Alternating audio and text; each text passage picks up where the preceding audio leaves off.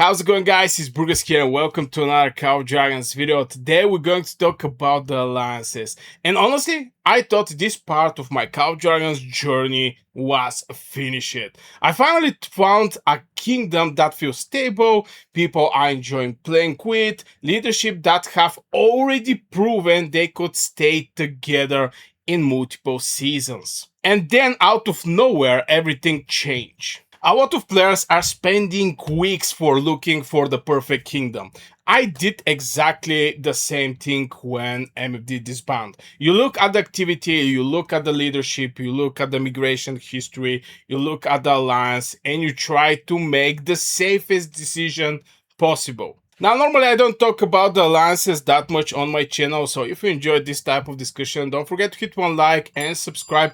Also, leave your comment below. It's very important to see how many people experience something that I experience also. Now, when I joined this kingdom, one of the biggest reasons was SG history. They already had multiple seasons together. They had a reputation of staying organized. From the outside, that looked exactly what I wanted. I wasn't chasing the strongest kingdom, I was chasing consistency. And this is what I actually spoke with Crazy Moo. He contacted me when he heard that the MFD is disbanding, and he basically shared what he know about his alliance, how his alliance is doing through the seasons, basically everything that every normal player looking for a new kingdom are questions that come to his mind. Crazy Moo tried to answer them, and to be fair, he actually answered them pretty nicely and give me this feeling that this kingdom was a safe choice. And I was actually pretty confident by the history of SG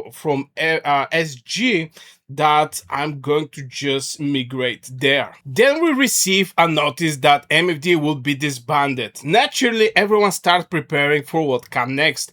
Players migrate away, people assume the story was over, but about a month later, NVR appeared, and suddenly most of the same players were back together again. Now, I don't have the notice where Abda, sharing that he's going to quit playing or something like this. I really don't have those things. Also, the Discord right now is changed to MVR, but nobody was actually knowing about this new project.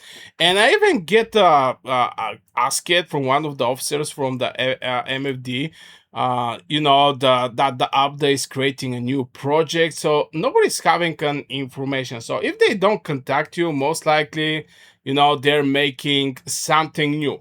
From first look, it's like I'm quitting, and after 1 month, everybody gets together. It's like looking really strange when by looking at it from point of, are you really quitting, or you're just saying you're quitting, everybody leave and you start over, which is, what is the reasons there? I have no idea. The funny thing is, I'm not even frustrated that I will probably have to migrate again. That's part of Call of Dragons. What surprised me is realizing that even when you think you solved the stable kingdom problem, you're really only solving the day version of it. Kingdoms change, leadership change, goals change, people quit, and suddenly you are evaluating everything again. Now, this experience changed my priority from very long time.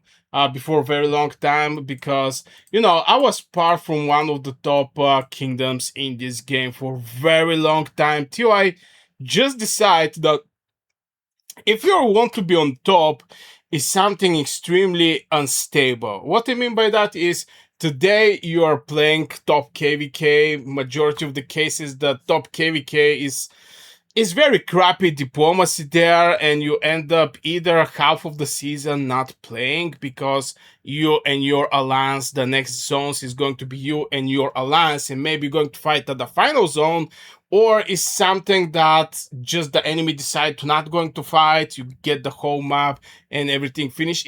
I have really bad experience from the top KVKs. Maybe from time to time there is some good top KVKs, but yeah, at the end of the day, I don't have great experience.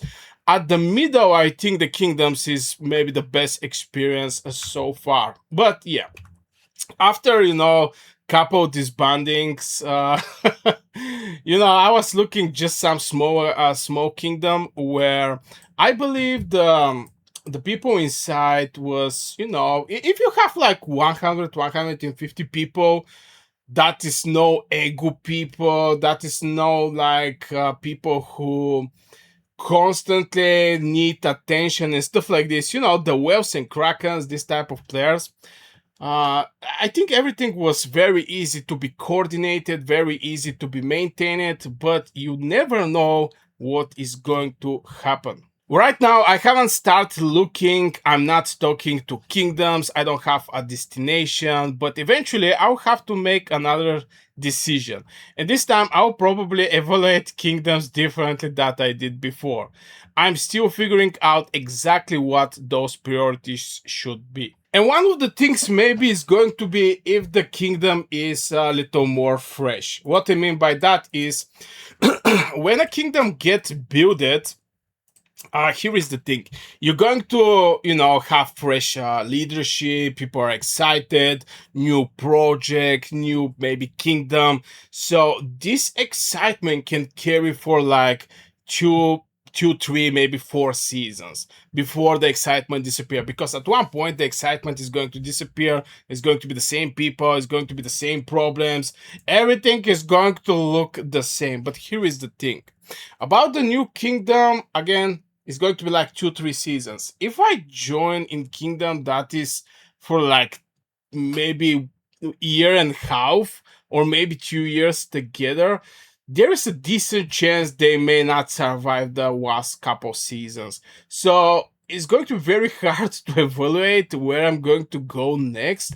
But still, it's just crazy um, how things change, how the dynamic is everything in Call of Dragons. It's not like you're picking one alliance or one kingdom, and for the next like 5 years you're going to be there.